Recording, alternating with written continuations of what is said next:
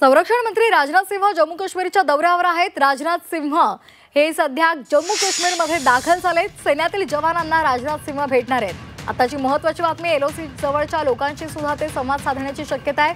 लष्कर प्रमुख जनरल उपेंद्र द्विवेदी यावेळी उपस्थित असतील।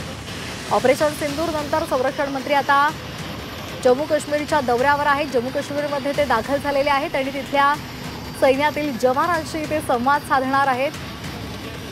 ऑपरेशन सिंदूर हे यशस्वी झाल्यानंतर पंतप्रधान नरेंद्र मोदी यांनी सुद्धा जवानांची भेट घेतलेली होती। आदमपूर एअरबेसवर ते गेलेले होते, तिथल्या जवानांशी संवाद साधलेला होता आणि त्यांचं मनोबल वाढवण्याचा त्यांनी प्रयत्न केलेला होता।